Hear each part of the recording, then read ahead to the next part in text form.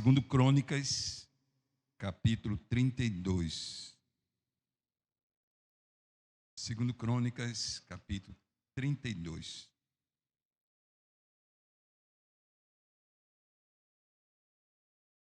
Irmão, nós estamos numa conjuntura hoje que é, no mínimo, estranha. Estamos vivendo uma situação que talvez nunca imaginávamos que passaríamos. Nós havíamos estudado sobre, ou ouvido, acerca das lutas, das perseguições, das tribulações do povo de Deus e da sua igreja no decurso da sua história, mas que nunca imaginaríamos, queríamos viver ou vivenciar, ver e viver determinadas coisas. Estudando a Bíblia sobre os tempos que antecederiam a vinda do Senhor, mas nunca paramos para pensar como de fato seria. Como a verdade seria algo que seria colocado em xeque, colocada em dúvida. A verdade vista com desconfiança. E as pessoas, muitas vezes manipuladas ao erro, à incoerência, à injustiça, como se fosse massa de manobra. Eu estou falando um pensamento aqui, eu respeito talvez você que tenha um pensamento contrário, mas essas eleições deixaram muita gente machucada, frustrada, triste, por causa dos resultados, né?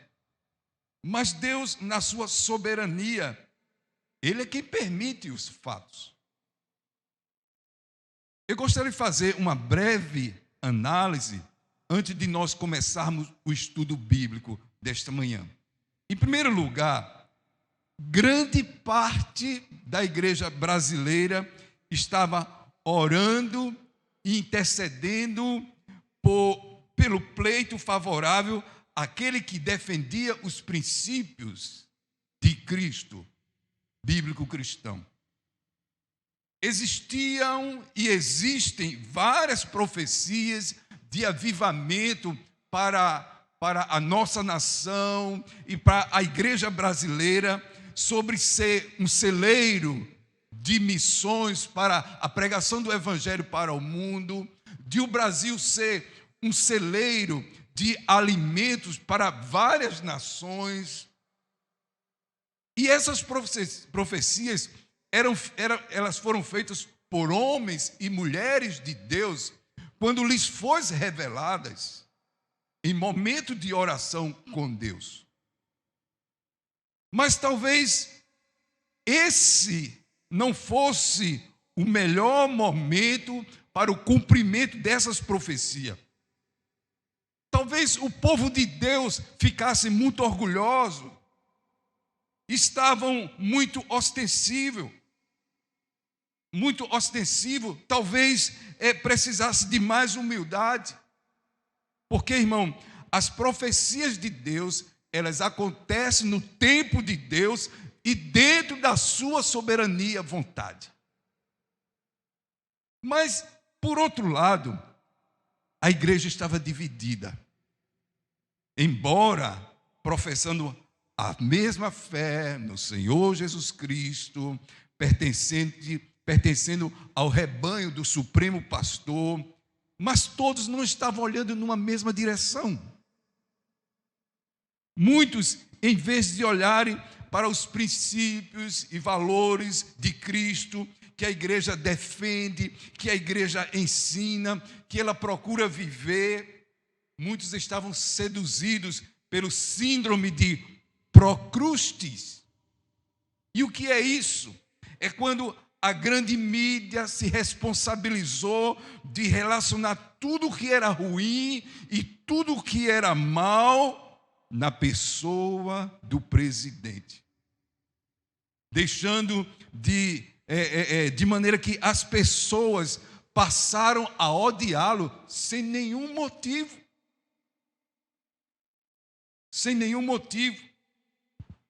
Deixaram de enxergar todo de bom e de bem que vinha fazendo para a nação e abraçaram o que era totalmente incoerente à razão. A razão. E muitos cristãos se enveredaram nessa mesma paixão, chegando até mesmo a se rebelar contra os seus líderes, contra os seus pastores. Eu recebi conhecimento que em algumas igrejas houve até discussão durante o culto, né, entre pastor e membro. Mas deixa eu dizer uma coisa, irmãos.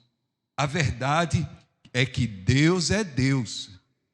E Ele não julga segundo o parecer do homem. Ele vela pela sua igreja, que Ele redimiu pelo sangue precioso de Jesus Cristo e que vai levá-la para o céu. E nesse interim, Deus trata com a sua igreja e não com o mundo. Ele trata com a sua igreja. Mas vamos esquecer esse assunto um pouco e vamos voltar à meditação da palavra do Senhor nesta manhã, amém? Vamos ler 2 Crônicas 32, que diz assim: depois destas coisas e desta fidelidade, quer dizer, destas coisas, fidelidade, as reformas que o rei Ezequias vinha fazendo. Veio Senaqueribe, rei da Síria, entrou em Judá, acampou-se contra as cidades fortificadas e intentou apoderar-se delas. Vendo, pois, Ezequias que Senaqueribe vinha e que estava resolvido a pelejar contra Jerusalém, resolveu, de acordo com os seus príncipes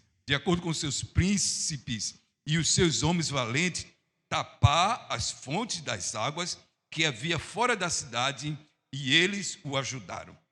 Assim, muito povo se ajuntou e taparam todas as fontes, como também o ribeiro que corria pelo meio da terra.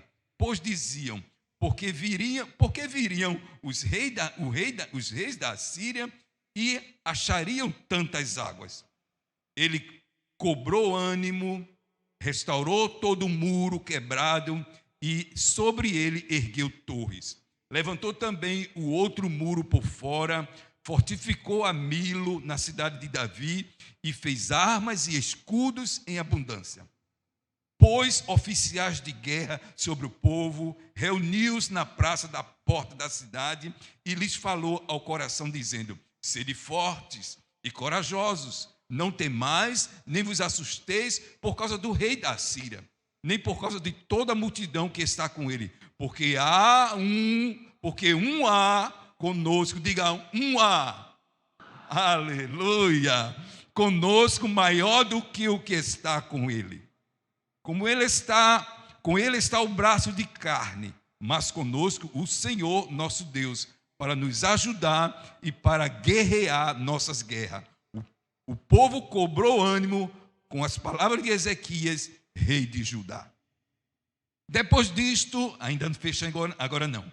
Depois disto, enquanto Senaqueribe, rei da Síria, com todo o seu exército, sitiava Laquis, enviou os seus servos a Ezequias, rei de Judá, que estava em Jerusalém, dizendo: assim diz Senaqueribe, o rei da Síria: em que confiais vós, para vos deixardes sitiar em Jerusalém? Acaso não vos incita Ezequias para morrerdes a fome e a sede, dizendo: o Senhor nosso Deus vos livrará das mãos do rei da Síria? Não é Ezequias o mesmo que tirou os seus altos e os seus altares e falou a Judá e a Jerusalém, dizendo: diante de apenas um altar vos prostrareis e sobre ele queimareis incenso? Não sabeis vós o que eu e os meus pais fizeram a todos os povos da terra? Acaso puderam de qualquer maneira os deuses das nações daquelas terras livrar o seu país das minhas mãos? Qual é de todos os deuses daquelas nações que meus pais destruíram, que pôde livrar o seu povo das minhas mãos, para que vosso Deus vos possa livrar das minhas mãos? Agora, pois, não vos enganes, Ezequias. Quem vos incite assim, nem lhes deis crédito, porque nenhum Deus de nação alguma, nem de reino algum, pode livrar o seu povo das minhas mãos, nem das mãos dos meus pais, quanto menos vos poderia livrar o vosso Deus das minhas mãos.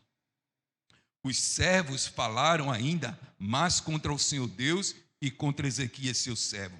Senaqueribe escreveu também carta para blasfemar do Senhor Deus de Israel e para falar contra ele, dizendo: assim como os deuses das nações de outras terras não livraram o seu povo das minhas mãos, assim também o Deus de Ezequias não livrará o seu povo das minhas mãos.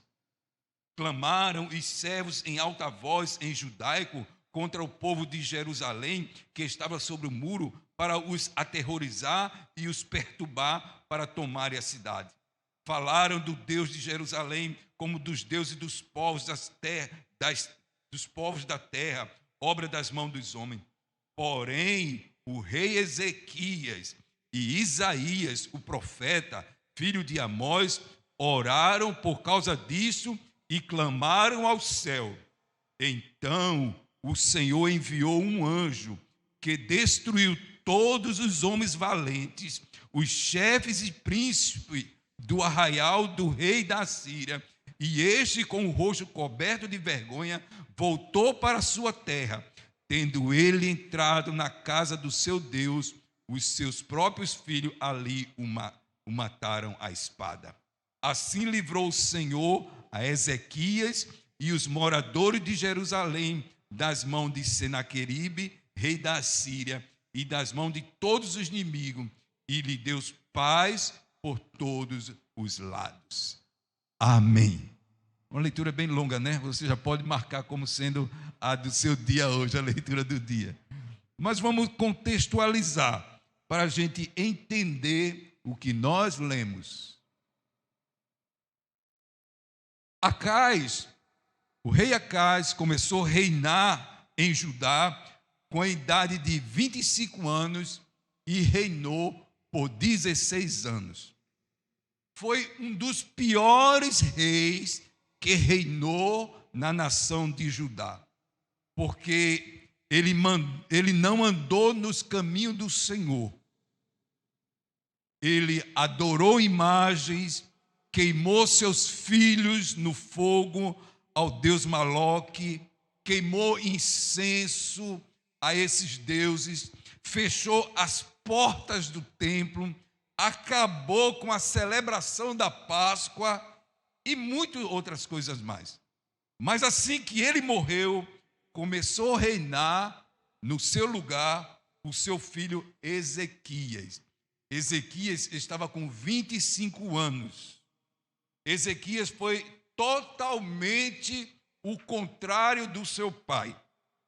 No primeiro ano do seu reinado, ele abre as portas do templo e faz reparação nas portas. Ele manda trazer de volta os levitas e os sacerdotes e os manda pagar o preço em jejum, em consagração e oração. Ele celebra a Páscoa, ele restaura o templo, ele contribui, inclusive, com os bens da própria realeza para a restauração do templo. Mas, depois de tudo isso, se levanta um rei chamado Senaqueribe, rei dos assírios, para guerrear e saquear as cidades de Judá, inclusive Jerusalém. Senaqueribe já havia vencido muitas guerras, só que agora ele está vindo a um país que é governado por um homem que teme a Deus, o rei Ezequias. E Senaqueribe envia mensageiros e cartas para afrontar o povo e ao próprio Deus. O verso 15, nós lemos, diz assim: porque nenhum Deus de nação alguma, nem de reino algum, pode livrar o seu povo das minhas mãos, nem das mãos dos meus pais. Quanto menos vos poderá livrar o vosso Deus das minhas mãos. Dizendo isso, ele estava não só afrontando o povo de Israel, mas afrontando o próprio Deus, comparando o Deus Jeová com os ídolos das outras nações. Mas deixa eu dizer uma coisa, irmão. Ninguém afronta Deus e fica impune. Ninguém. O que aconteceu em seguida é que o rei Ezequias, nem o rei Ezequias, nem os homens que estavam com ele precisaram desabainhar as suas espadas. Porque a Bíblia relata que Deus, o Senhor, enviou um anjo que matou os chefes dos exércitos, e Senaqueribe, envergonhado, voltou para a sua cidade. E quando chegou em casa, os seus próprios filhos o assassinou. Nós temos tantos outros exemplos na Bíblia de pessoas que afrontou a Deus e se deram mal. Nós temos, por exemplo, o rei Manassés, o rei Saul. Por que não dizer o próprio Jonas, que confrontou Deus, desobedeceu, em vez de ir para uma cidade, ele foi para outra cidade.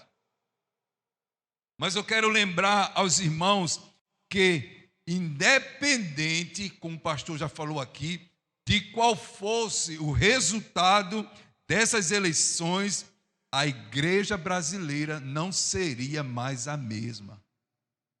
Né?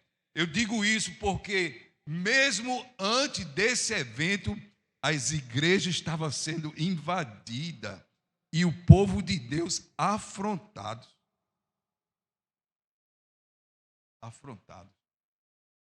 E a gente não sabe como será daqui para frente, né, irmãos? Mas assim, eu gostaria de refletir com os irmãos nesta manhã como nos comportarmos diante de uma afronta dos inimigos. Como nos comportarmos? Em primeiro lugar, a gente precisamos ser como uma cidade fortificada. Veja, o verso 1 diz assim: depois destas coisas e desta fidelidade, quer dizer, está falando da reforma que Ezequias fez na nação, trazendo de volta o culto, restaurando a Páscoa, né? Todo esse avivamento que Ezequias fez na nação. Veio então Senaqueribe, rei da Síria, entrou em Judá, acampou-se contra a cidade fortificada e intentou, digam, intentou, isso, e intentou apoderar-se delas. Veja, ao nós lermos esse texto, notemos que o inimigo ele se levantou contra o povo de Deus para afrontá-los. Mas há algo interessante a ser notado. O inimigo, ele chegou a entrar em Judá, mas não conseguiu entrar nas cidades fortificadas. A única coisa que o inimigo conseguiu foi acampar-se ao redor. Isto mostra a importância, irmão, de nós estarmos sempre fortes na presença de Deus, que a nossa fé esteja sempre firmada no Evangelho, pois não sabemos qual a hora que o inimigo possa querer nos contra-atacar. A Bíblia diz que o diabo está ali ao nosso redor, rugindo como leão, esperando um vacilo nosso para entrar em nossa vida e querer destruir. A palavra do Senhor em 1 Pedro 5:8 diz assim: sede sóbrios, vigiai, porque o diabo, nosso adversário, anda em derredor, bramando como leão, buscando a quem possa tragar. Portanto, procuremos nos fortalecer, orando, jejuando, vigiando, lembrando que o inimigo entrou em Judá, mas não conseguiu entrar na cidade forte. Portanto, sejamos cidade forte. Aleluia. Em segundo lugar, irmãos, como nos comportarmos diante da afronta? Aconselhe com seus líderes. Aconselhe-se com seus líderes. Veja o que diz o verso 2 e 3. Vendo, pois, Ezequias, que Senaqueribe vinha e que estava resolvido a pelejar contra Jerusalém, teve conselho com os príncipes e com os valentes. Quando o rei Ezequias, ele viu que o inimigo estava decidido a invadir a cidade de Jerusalém, ele se reuniu com os príncipes e com os valentes para buscar conselho sobre o que deveria fazer diante daquele perigo iminente de guerra. Né? Infelizmente, nós dizemos assim que alguns cristãos agem de maneira diferente quando o inimigo se levanta, porque procuram conselho no mundo, nos escarnecedores, nas pessoas sem Deus, que não segue os princípios bíblicos. Porque, irmãos, quem não tem Jesus no coração, não tem nada para nos oferecer, não. Que conselho poderão dar sobre questões espirituais? Não é. A palavra do Senhor mesmo diz: não vos engane, as más conversações corrompem os bons costumes. Outros buscam entendimento nas ciências, nas filosofias deste mundo, que podem até ajudar, mas são limitadas.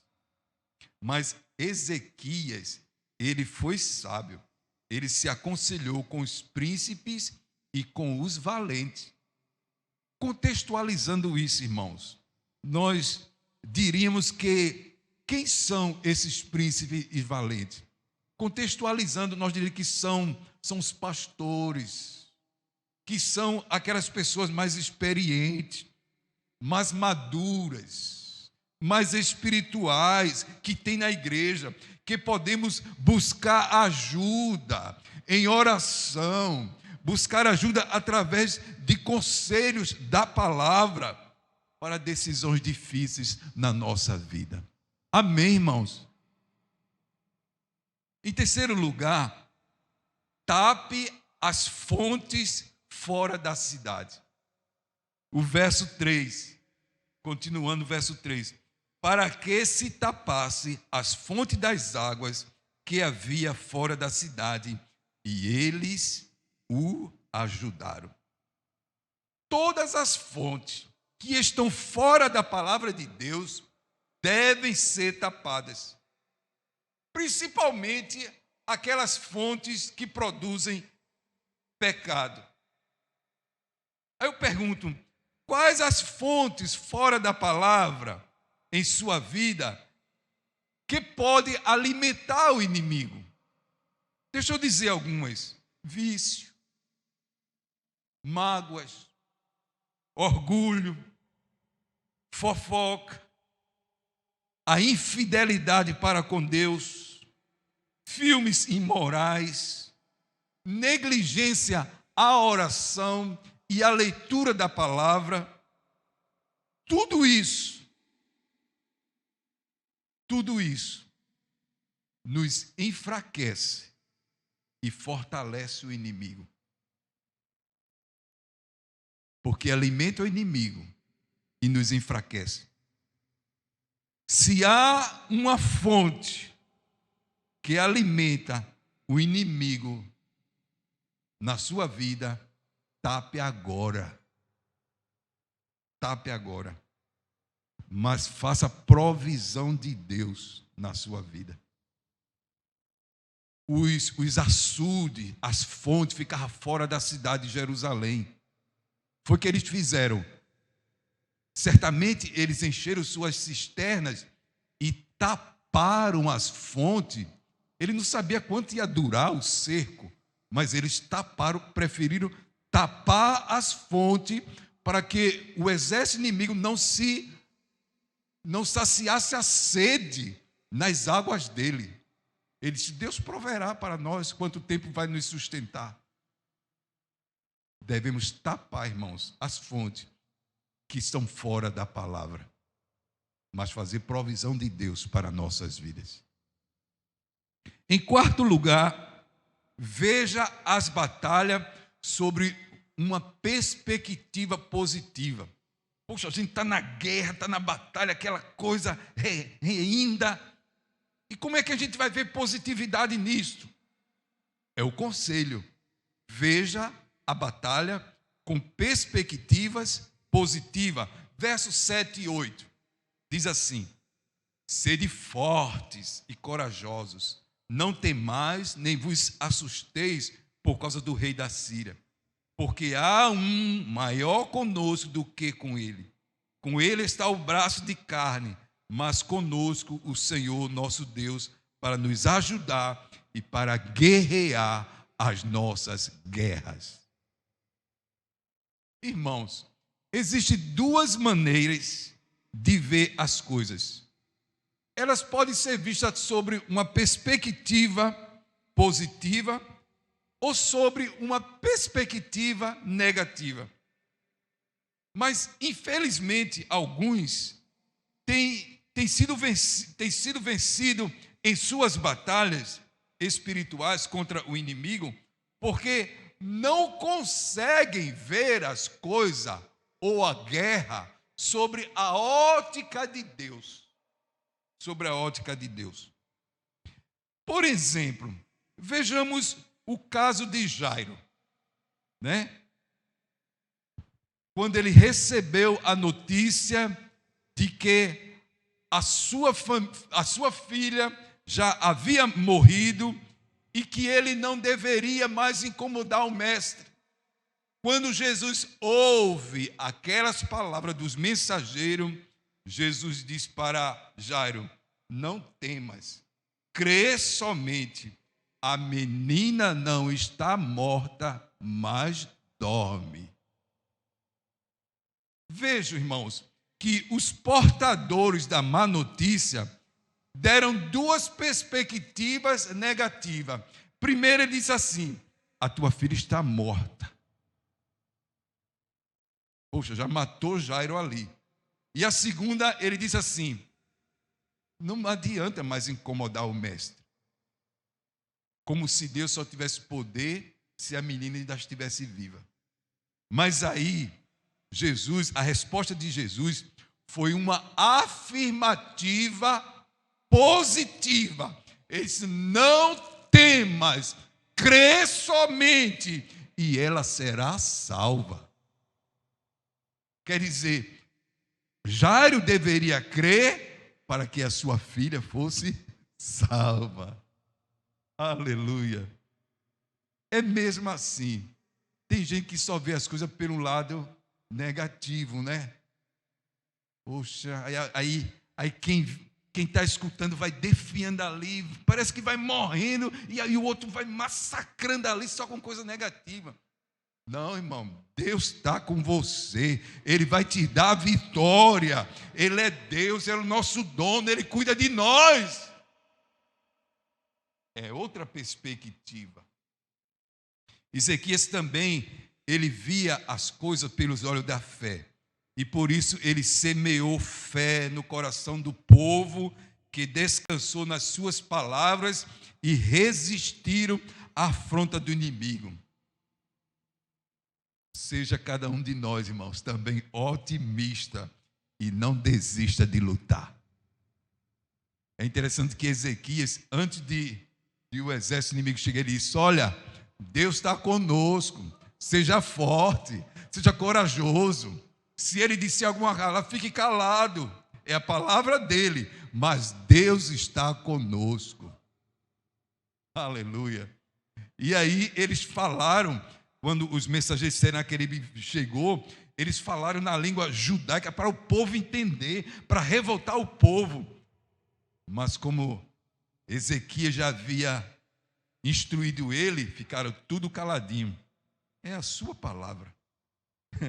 Quanto a nós, Deus está conosco. Finalmente, irmãos, resolva as coisas pela oração. Verso 20 até o 21, que diz assim: porém, o rei Ezequias e o profeta Isaías, filho de Amós, oraram por causa disso e clamaram ao céu. Então o Senhor enviou o seu anjo, que destruiu todos os varões valentes, e os príncipes, e os chefes do arraial do rei da Assíria. E este, com o rosto coberto de vergonha, voltou para a sua terra. Veja, ao receber a carta de afronta, Ezequias fez o que todos nós devemos fazer. Ele entrou no templo, na casa de Deus, pegou a carta, abriu ali, espalhou na frente do Senhor e orou ao Senhor. E sabe o que Deus respondeu? Ele enviou o anjo que destruiu os valentes. Deus enviou o seu poder e destruiu aquele mal que afrontava e trouxe paz, saúde, né? E ele faz isso conosco também. Ele afasta de nós a ameaça e traz vitória sobre a enfermidade, né? Sobre aquilo que quer nos destruir, quer nos levar à falência, né? E ameaçar a nossa paz. Então a gente tem que orar para que caia por terra o inimigo de Deus e vençamos a afronta do diabo.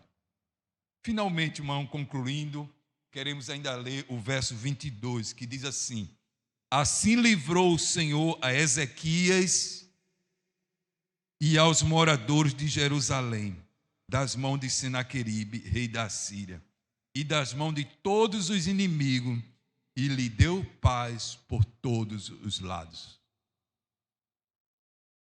Veja, tendo o rei Ezequias, juntamente com o profeta Isaías, orado ao Senhor e clamado aos céus, o Senhor viu eles, como a situação dele, ouviu e desceu para livrar o seu povo. E aí a gente vê como Deus é imutável.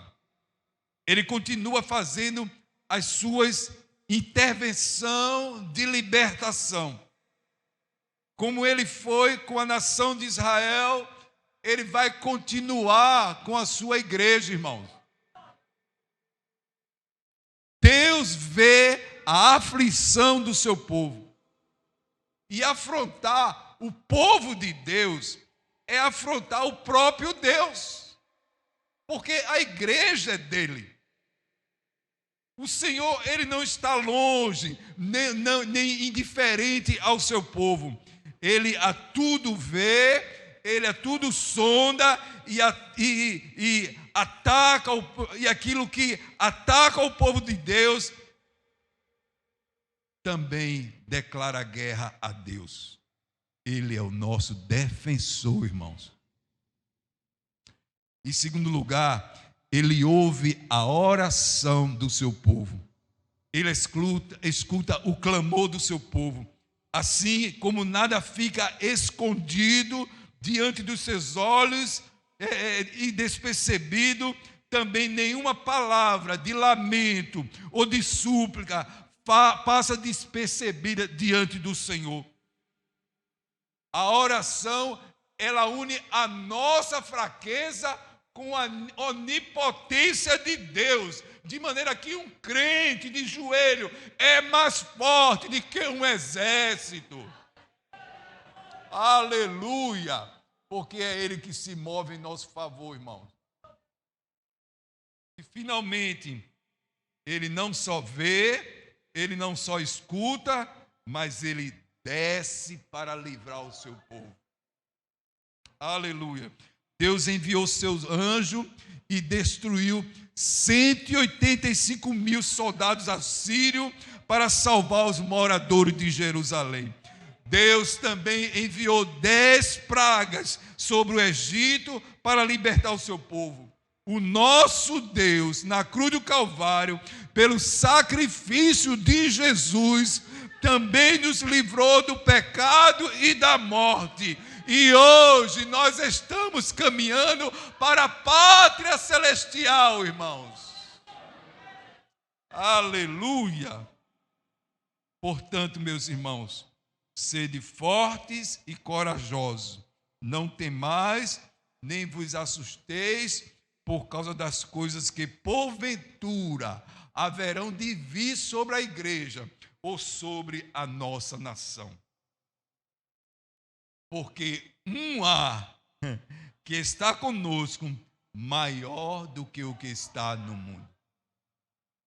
Que Deus nos abençoe. Que Deus nos abençoe. Que a nossa confiança esteja no Senhor.